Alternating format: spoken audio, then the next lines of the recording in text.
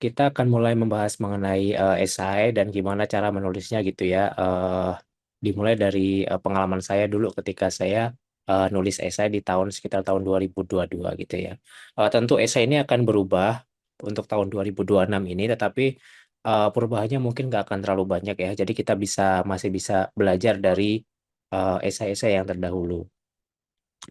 Nah, sebelumnya mungkin perkenalan dulu, tapi sebenarnya nggak terlalu penting ya. Jadi nama saya Fendi, jadi saya bekerja sebagai expert staff di kantor staf khusus bidang industri dan ekonomi lingkungan di Kementerian Keuangan. Saya sebelumnya lulus dari MIDEC, jadi Master of International and Development Economics.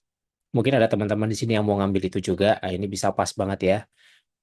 Dan alhamdulillah lulus cum laude ya. Jadi konversi nilai itu 3,9 dari skala 4. Terus ini beberapa background edukasi dan juga ada language proficiency. Di situ tertulis 8, tapi sebenarnya itu saya dapat setelah mengikuti pelatihan di Bali gitu. Jadi setelah nanti teman-teman lolos Australia Awards itu kan dikasih pelatihan tuh. Nah itu nanti di situ saya yakin nilai IELTS-nya akan meningkat pesat gitu ya. Jadi untuk lolos Australia Awards sebenarnya nggak perlu nilai IELTS yang setinggi itu gitu.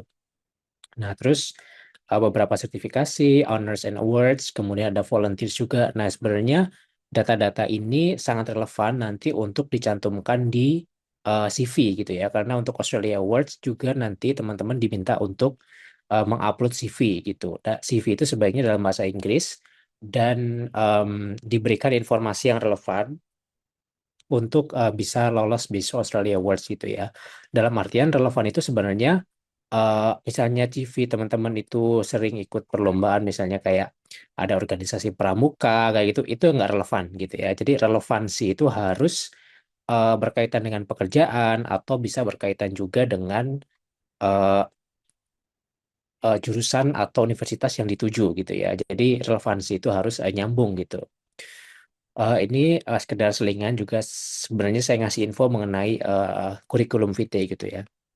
Nah, untuk saya sendiri sebenarnya saya nggak serta-merta lolos. Jadi ada mungkin teman-teman di sini yang udah pernah nyoba tapi nggak sampai shortlist, atau ada yang udah shortlist dan udah wawancara tapi nggak lolos gitu ya. Sebenarnya kita senasib gitu karena saya pun pernah begitu. Jadi saya pernah daftar, kemudian saya nggak lolos dan akhirnya di September 2021-an itu saya mulai coba lagi gitu ya. Di mana waktu itu karena masih COVID, jadi yang diambil itu semakin sedikit gitu. Jadi waktu itu 6.500 applicants, yang diterima hanya 100 gitu ya. Itu yang candidates yang di shortlist gitu. Nah, dari shortlist 100 itu nanti akan diwawancara lagi dan itu yang lolos hanya 50%. Itu data dari tahun ke tahun seperti itu. Jadi kalau kita bilang mana yang lebih berat antara administrasi dan interview gitu ya, yang lebih berat sebenarnya administrasi gitu. Jadi kalau teman-teman bisa lolos di administrasi, kemungkinan teman-teman untuk menjadi awardee itu 50%, which is itu sangat besar sekali. Karena di administrasi itu chance-nya hanya sekitar 1,5% gitu kan. Nah, berarti ada hal-hal yang harus menonjol ketika kita mensubmit administrasi itu. Nah, saya pernah gagal di tahap administrasi, jadi saya nggak sampai shortlist bahkan gitu kan. Dan itu kegagalan saya itu saya pelajari benar-benar gitu. Apa yang salah gitu kan? Nah, saya melihat pada saat COVID itu saya tuh nggak melakukan kesalahan gitu ya. Jadi semua dokumen itu saya submit sesuai dengan ketentuan yang diberikan Australia Awards. Nah, saya hanya mengganti dua hal di situ. Yang pertama adalah sertifikat bahasa Inggris. Jadi yang tadinya itu saya menggunakan TOEFL, TOEFL prediction gitu ya. Karena waktu itu susah banget nyari vendor yang buka pada saat COVID, saya ganti dengan IELTS yang resmi gitu. Kemudian untuk yang kedua saya ganti itu adalah esainya. Jadi esainya sebelumnya saya nulisnya tuh masih agak-agak ngawur gitu ya. Nah, setelah yang kedua itu percobaannya, saya benar-benar nulis dengan sepenuh hati gitu ya. Saya perhatikan gramarnya, saya perhatikan substansinya, bahkan saya juga mempunyai mentor yang mereview gitu ya. Nah, dari dua hal itu di tahun 2022 saya dinyatakan lolos gitu ya Australia Awards dan akhirnya berangkat di bulan Juni tahun 2023 ke ANU gitu ya untuk belajar International and Development Economics yang sekarang mengantarkan saya menjadi expert staff tadi di Kementerian Keuangan. Nah, untuk Australia Award sendiri itu sebenarnya dari tahun ke tahun selalu berubah ya apa namanya eh, kuota untuk awardee-nya. Tetapi untuk tahun ini saya prediksi bisa mencapai 500 apa namanya penerima beasiswa atau lebih. Nah, itu mereka tuh dibagi menjadi dua. Jadi yang pertama adalah targeted kategori dan yang kedua non-targeted kategori. Nah, biasanya proporsinya itu sekitar 60% untuk targeted dan 40% untuk non-targeted gitu ya. Nah, siapa sih yang targeted itu? Yang targeted itu ada dua. Yang pertama adalah equity target groups. Itu bisa berupa teman-teman yang disabilitas gitu ya. Atau bisa juga disadvantaged women. Jadi maksudnya disadvantage women ini adalah mungkin perempuan dari masyarakat adat atau perempuan yang kulitnya berbeda gitu ya, atau ibu rumah tangga yang juga bekerja itu bisa dikategorikan juga sebagai disadvantage women. Jadi di website Australia Awards sudah disebutkan dengan detail sekali apa itu disadvantage women dan kalau teman-teman masuk ke kategori itu, saya rasa beasiswa ini sangat layak dicoba karena ini memberikan kesempatan untuk perempuan yang tidak beruntung gitu ya atau disadvantaged women untuk mendapatkan beasiswa gitu. Nah, yang ketiga targetnya adalah orang-orang dari provinsi target yang misalnya dari Nusa Tenggara, dari Maluku, dari Papua, Kalimantan gitu ya.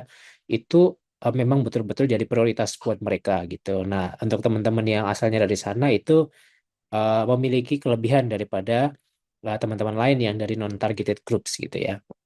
Nah, kemudian yang kedua untuk Government of Indonesia itu uh, untuk PNS atau CPNS baik dari pemerintah kota, kabupaten, provinsi maupun di level kementerian gitu ya di level pusat. Nah, itu ditargetkan oleh Australia Awards dan mendapatkan prioritas. Kalau untuk non-targeted itu dari kategori yang lain, misalnya teman-teman kerja di NGO atau kerja di PT, perusahaan gitu ya, atau bisa juga kerja di universitas sebagai dosen misalnya. Itu di Australian Awards dikategorikan sebagai non-targeted kategori gitu. Nah, kalau untuk PhD candidates itu malah kebalikannya. Jadi orang-orang yang mempunyai background dari universitas atau dosen atau misalnya pembuat kebijakan penting gitu ya, kunci itu bisa dikategorikan sebagai targeted gitu kalau di PhD. Nah, itu juga bahwa PhD itu sebaiknya orang-orang yang sudah punya letter of support gitu dari Australian University di mana mereka akan menimba ilmu itu akan lebih diutamakan meskipun kalau teman-teman yang daftar PhD di sini nanti lolos Australia Awards itu akan dicarikan LOE baru gitu ya yang nantinya akan dibantu oleh Australia Awards gitu dan itu berlaku untuk semua awardee. Jadi meskipun teman-teman punya LOE di awal untuk daftar Australia Awards, tapi pada saat lolos nanti akan tetap dicarikan LOE yang baru. Gitu. Jadi jangan khawatir. Kemudian yang paling penting pada saat menulis esai itu adalah kita mengubah mindset kita dulu. Jadi kita harus tahu sebenarnya Australia Awards itu nyarinya kandidat yang seperti apa gitu kan. Nah, kalau di website mereka itu mereka mencari tiga hal dari seorang kandidat. Yang pertama adalah kompetensi akademik, yang kedua adalah potential outcome atau kontribusi di masa depan gitu ya. Dan yang ketiga adalah professional and personal leadership. Jadi potensi kepemimpinan secara profesional maupun personal gitu ya. Atribut-atributnya nanti akan diterangkan belakangan. Nah, dari tiga hal itu teman-teman harus mengidentifikasi diri gitu ya. Karena kita harus sadar bahwa semua orang di dunia ini unik gitu ya, nggak ada yang sama persis gitu. Jadi kalau kita salah mengidentifikasi diri kita sendiri, itu malah justru merugikan gitu ya. Nah makanya esai itu walaupun teman-teman punya referensi misalnya dari internet gitu ya, atau melihat punyanya siapa Imada Andi Arsana atau siapa yang di internet itu yang udah terkenal itu, tetap harus punya personal touch gitu ya. Jadi harus punya keunikan tersendiri. Jangan sampai kita niru polanya gitu ya dan berakhir dengan B aja gitu. Karena semua orang meniru dia juga gitu kan. Nah, itu kesalahan umum yang sering dilakukan oleh applicants gitu. Nah, gimana caranya untuk menulis esai? Yang pertama adalah kita harus mencoba mengkonekkan titik-titik di kehidupan kita gitu ya, atau kita cari benang merah kehidupan kita. Yang pertama adalah kita harus cari dulu education background kita. Jadi kita tuh apa namanya? Nah, ntar ya. Nah ini. Jadi kita itu sekolah di mana, kemudian program studi apa, kemudian kita pernah dapat beasiswa apa, itu adalah background studi kita gitu ya. Nah, kemudian itu dikaitkan dengan pekerjaan kita saat ini. Misalnya kita kerja di mana, role-nya sebagai apa gitu kan. Apakah itu relevan nggak dengan pendidikan kita sebelumnya? Kalau nggak relevan ya ceritakan aja, emang nggak relevan gitu. Tapi kontribusi saya nyata di pekerjaan saya misalnya gitu ya. Nah, kemudian yang ketiga, achievement apa atau kontribusi apa yang pernah kita lakukan gitu. Dan semua orang pasti punya kontribusi, nggak mungkin nggak. Itu tinggal caranya kita aja mengidentifikasi kontribusi kita dan pencapaian-pencapaian yang udah pernah kita lakukan. Misal kita udah berkontribusi untuk pembangunan wilayah di Indonesia, kalau kita seorang PNS ya, kalau kita non PNS mungkin kita berkontribusi untuk pembangunan komunitas tertentu gitu, itu juga bisa menjadi bagian dari kontribusi. Nah, dari situ ketika kita udah tahu background akademik, background pekerjaan, kemudian kontribusi kita atau pencapaian, kita harus mengidentifikasi kemana sih kita mau kuliah gitu. Nah, dari di mana kita mau kuliah ini, kemudian kita mendapatkan info gitu ya, kampusnya, jurusannya gitu kan. Nah, kemudian ketika kita melamar beasiswa AAS, kita harus juga menunjukkan di masa depan tuh kita mau kontribusi apa lagi yang lebih besar gitu kan. Nah, dari titik ini, di antara dua titik yang terakhir ini, kita harus bisa mengidentifikasi yang namanya eh, kompetensi gap gitu. Jadi gap antara kompetensi kita yang kita punya sekarang dengan kontribusi yang akan kita lakukan di masa datang. Misalnya saya seorang data analis gitu kan. Kemudian saya butuh untuk di masa depan itu bisa menganalisis kebijakan di level yang lebih advance gitu.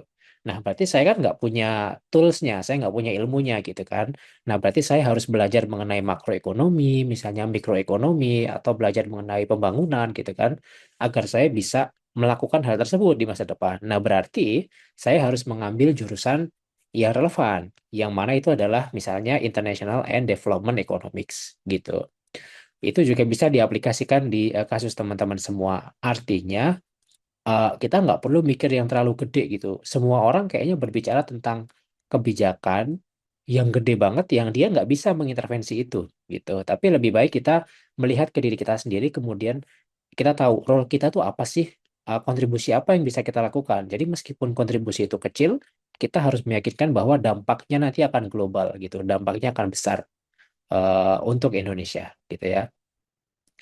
Nah, kemudian eh, prioritas beasiswa Australia Awards itu siapa aja sebenarnya? Nah, ini adalah topik-topik yang menjadi prioritas Australia Awards.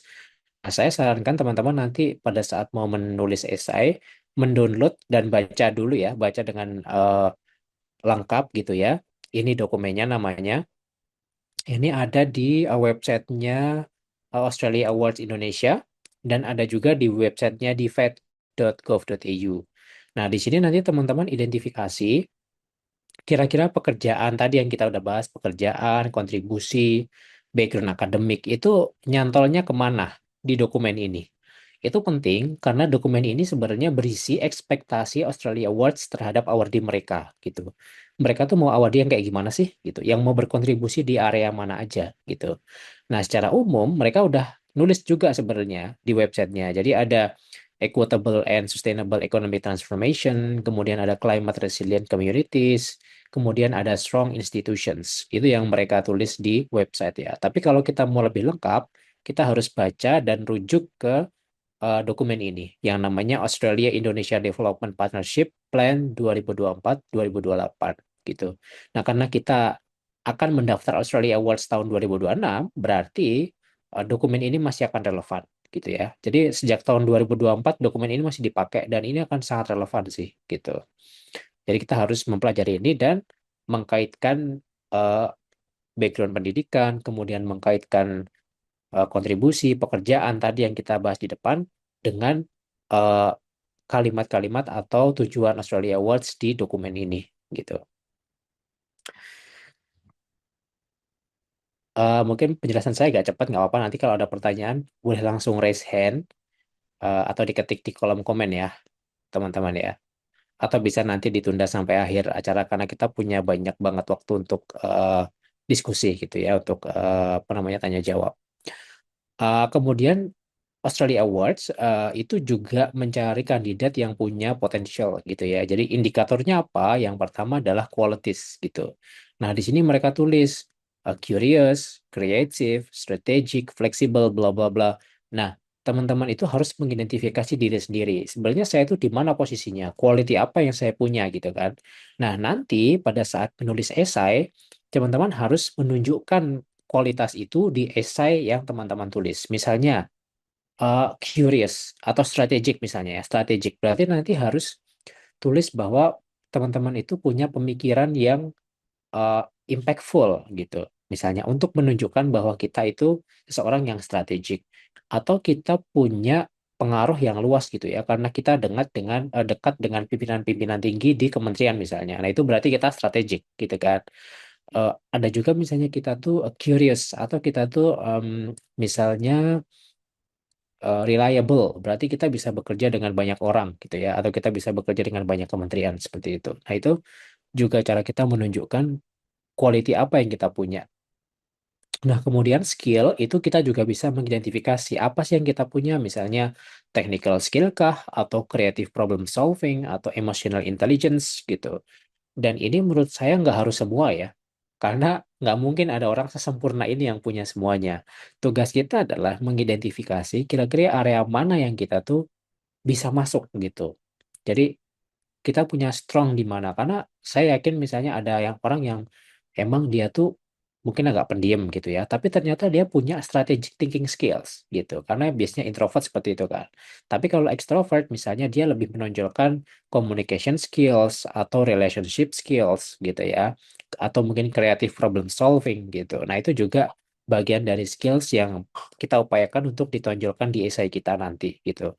Caranya dengan menyebutkan kata-kata yang mengarah ke qualities atau skill itu gitu. Nah, itu nanti bisa di googling ya. Jadi kalau misalnya kata-kata yang terkait dengan curious itu apa aja sih gitu.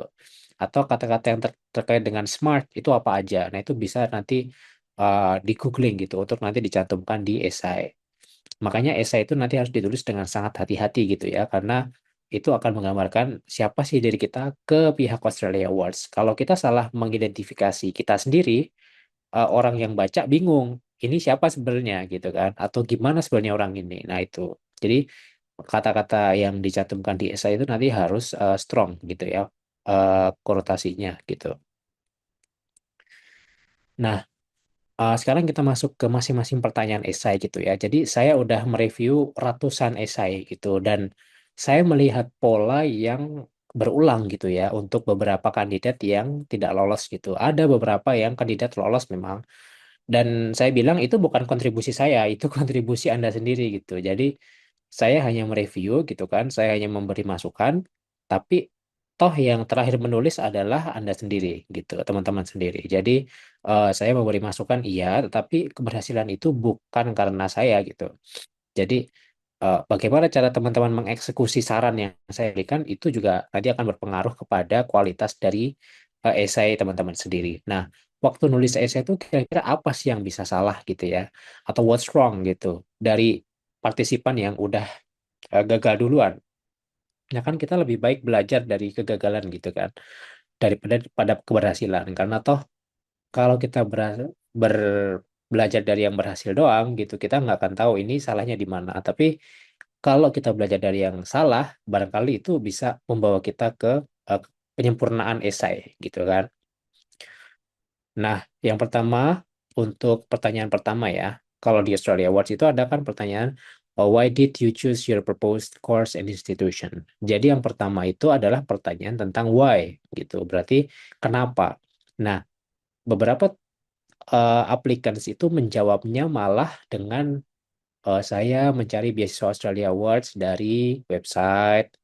Saya memilih kampus ini karena kampus ini masuk group of eight gitu kan misalnya. Nah, itu salah total gitu ya. Jadi salah mengartikan pertanyaan.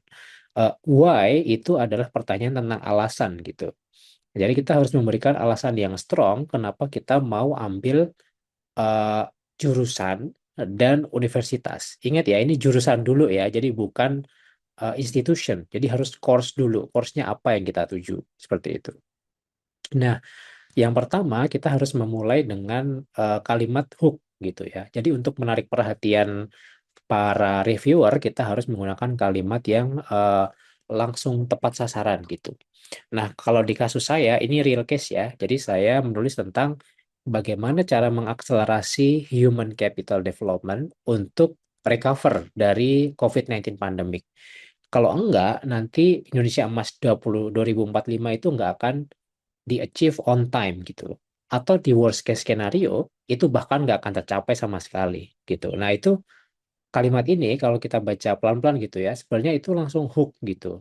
Orang langsung tertarik, oh Indonesia Emas 2045 itu bisa nggak tercapai gitu kan. Itu cuma angan-angan kosong aja, omon-omon gitu kan. Karena apa? Ya karena kita nggak bisa meningkatkan human capital development kita menuju pertumbuhan yang bisa mencapai ke Indonesia Emas itu gitu. Karena Indonesia Emas itu sendiri kan ada tuh indikator-indikatornya ya. Nah, itu menurut saya bisa menjadi hook yang tepat gitu ya. Ada banyak cara menulis kalimat hook gitu, tapi ini salah satunya. Kemudian yang kedua itu tuliskan juga important objektif apa yang teman-teman inginkan ketika apply Australia Award. Saya yakin masing-masing kita punya tujuan yang mulia gitu ya. Misalnya kita mau eh, apa namanya meningkatkan kapasitas diri atau kita mau berkontribusi lebih pada masyarakat itu juga layak untuk ditulis. Kemudian yang ketiga, kita harus menyampaikan kontribusi kita secara clear dan realistik gitu ya. Nah, kemudian nomor empat boleh kita menuliskan universitas yang akan kita pilih gitu ya. Apapun itu, misalnya kita udah pernah kontak dengan profesornya atau course-course apa yang akan kita ambil atau apa capstone-nya atau apa specialization-nya gitu ya. Tapi jangan pernah jadikan itu sebagai semacam informasi doang gitu. Misalnya di kampus NU ada Profesor A, di kampus Melbourne ada Profesor B. Ya terus kenapa gitu kan? Kalau dia ahli begini begitu terus kenapa gitu? Yang perlu kita tonjolkan adalah pernah nggak kita kontak ke beliau, pernah nggak kita korespondensi ke beliau, gitu kan misalnya. Atau pernah nggak kita interaksi langsung dengan beliau. Kalau enggak, sebenarnya menulis ada Profesor A, Profesor B itu nggak ngaruh di aplikasi teman-teman. Jadi itu hanya nulis omon-omon gitu ya. Nah, kalau kita pernah berkontak langsung dengan profesor tersebut, even lewat email, itu baru bisa jadi legitimasi gitu ya. Jadi kita bisa cerita sebenarnya apakah kita tahu dengan profesor tersebut atau enggak gitu. Nah, kemudian yang nomor lima, jangan mencantumkan informasi yang dengan mudah ditemukan di internet. Misalnya, saya mengambil kampus ini karena dia itu group of eight, karena dia masuk ke ranking kampus sekian, karena jurusannya itu jurusan terbaik dunia. Itu udah old gitu ya, itu nggak boleh dilakukan gitu. Kemudian yang keenam, itu jangan pernah masukkan topik-topik yang artificial gitu ya, atau topik-topik yang common gitu. Misalnya kayak pemberdayaan UMKM, kemudian eh, peningkatan kapasitas komunitas, itu kayaknya common banget gitu. Nah, kemudian beberapa topik lain yang sifatnya tuh kayaknya umum gitu. Kita bisa ngerasain kok. Misalnya kita nulis sesuatu tuh ini umum atau enggak, ini omon-omon apa enggak gitu. Itu kita bisa ngerasain sebenarnya dari diri kita sendiri ya. Nah, itu sebaiknya dihindari. Dan coba untuk lebih real terhadap diri sendiri aja gitu. Kemudian yang kedua, pertanyaan yang sering muncul di Australia Award kalau belum ganti ya. Jadi, impact apa sih yang kira-kira akan kamu beri terhadap karir, kehidupan, dan komunitas? Ini maksudnya pasca pulang dari Australia gitu ya. Yang pertama itu kita harus menuliskan impact-nya secara spesifik gitu, baik untuk karir kita, untuk kehidupan kita, atau untuk komunitas gitu ya. Nah, kalau misal contoh-contohnya misalnya untuk karir, berarti kita bisa memberikan kontribusi lebih di organisasi kita, atau kita bisa memberikan knowledge yang baru gitu ya untuk pembuatan kebijakan, atau kita bisa meningkatkan income kalau kita kerja di PT, di misalnya di perusahaan gitu ya, atau lebih efficient spending, atau kita bisa punya spesialisasi baru gitu ya. Nah, banyak orang yang kalau karir itu selalu dikaitkan dengan kenaikan jabatan. Itu nggak benar gitu ya. Jadi di sini kita lebih menekankan kepada peningkatan kontribusi dengan ilmu yang kita punya gitu. Dan itu nggak selalu harus berkaitan dengan jabatan gitu. Karena teman-teman NGO nggak punya jabatan pun bisa aja gitu ya. Tapi dia tetap bisa berkontribusi lebih ke masyarakat gitu.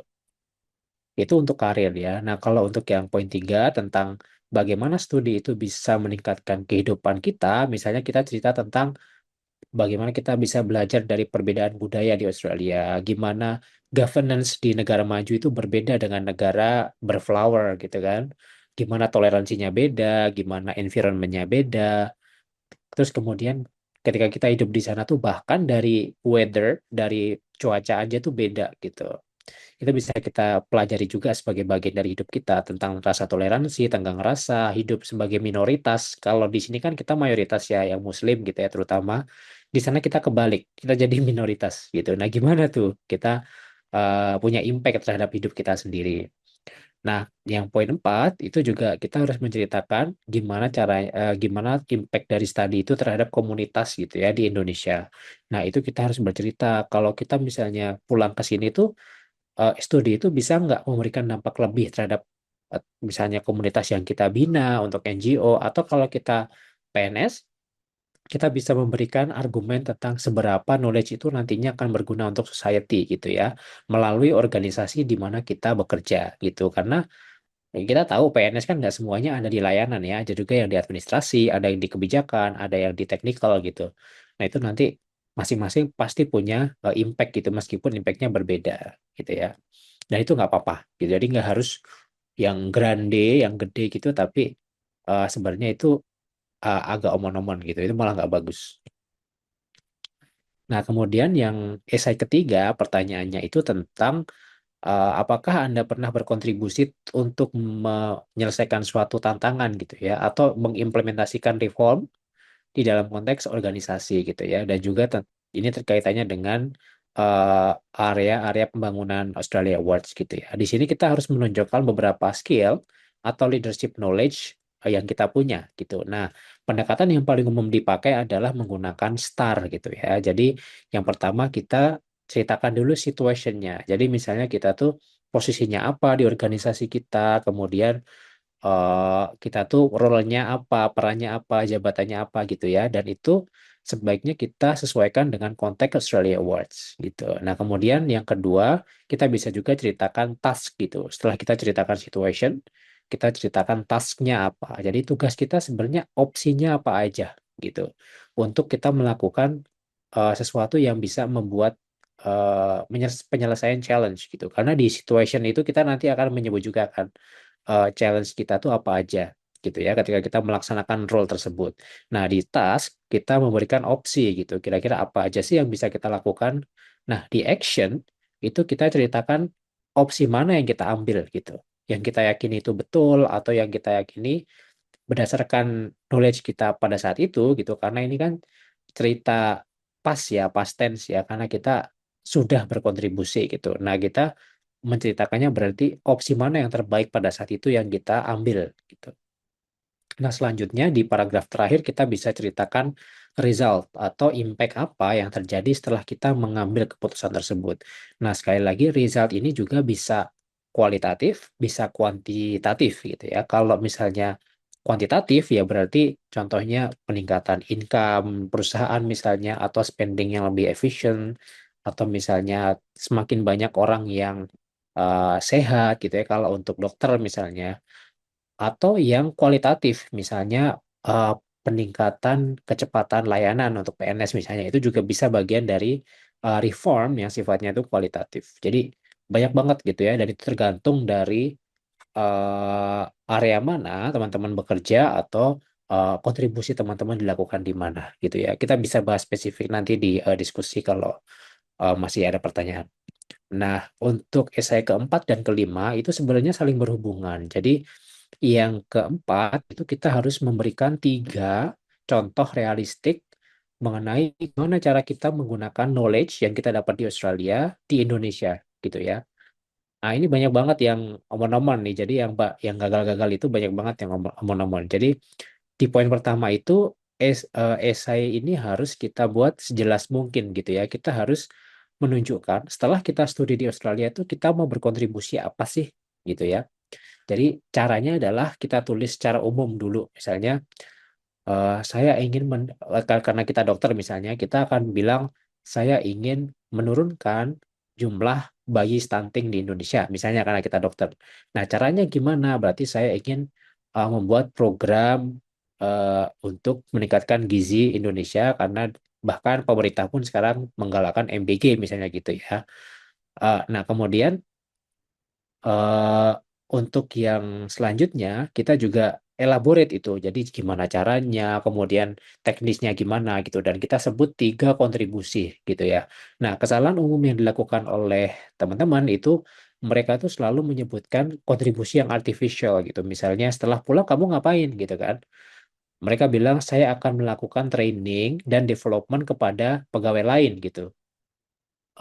Itu bukan tugas Anda gitu. Itu tugasnya HR atau itu tugasnya bagian eh, pendidikan misalnya gitu ya di perusahaan. Bukan tugas kita dan menceritakan itu sebenarnya itu omon-omon gitu dan Australia Awards tahu itu gitu. Jadi jangan kita melakukan menulis hal tersebut hanya biar kelihatan ada kontribusi gitu ya. Atau ada yang jawab saya ingin membuat webinar setelah pulang dari Australia Awards. Itu juga bukan kontribusi yang nyata gitu kan. Jadi misalnya saya nih jadi narasumber webinar ini bukan tujuan saya gitu.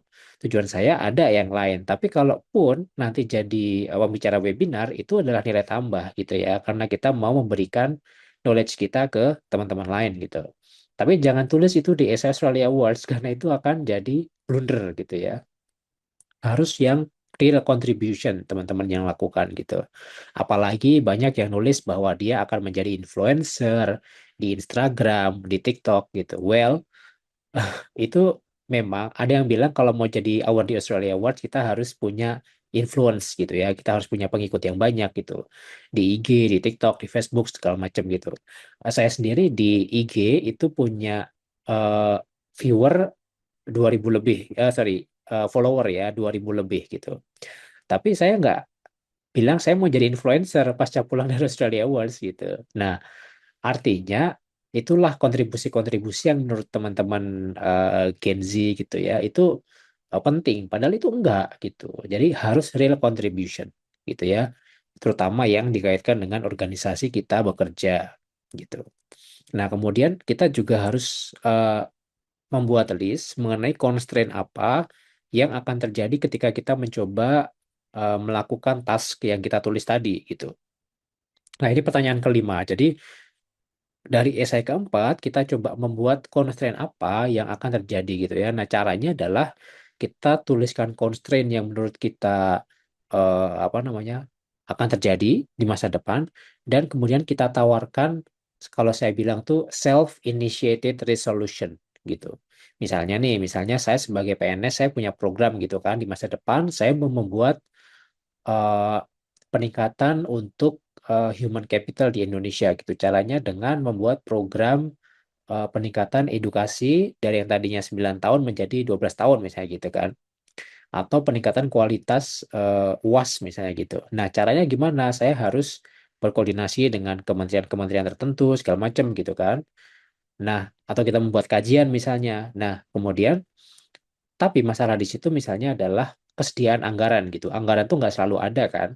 Nah, makanya constraint anggaran itu gimana caranya? Nah, berarti kita harus lebih banyak preparation gitu. Misalnya kita bisa koordinasi dengan Kementerian Keuangan atau kita bisa berkoordinasi dengan pemilik anggaran itu di mana gitu kan untuk bisa mengeksekusi program tersebut. Jadi gimana sebenarnya langkah kita untuk mengidentifikasi masalah dan menyelesaikannya sendiri gitu kalau di ESA ini. Dan itu nggak harus apa namanya benar-benar eh, yang kita rasa ini pasti terjadi. Mungkin enggak juga gitu, tapi at least kita bisa tahu bahwa masalah ini tuh potensial gitu. Dan kita tetap punya backup plan gitu. Kalau seandainya ada masalah itu terjadi, kita bisa menyelesaikannya sendiri gitu ya. At least kita punya ide untuk menyelesaikannya sendiri gitu. Nah, itu sekedar sharing aja dari saya.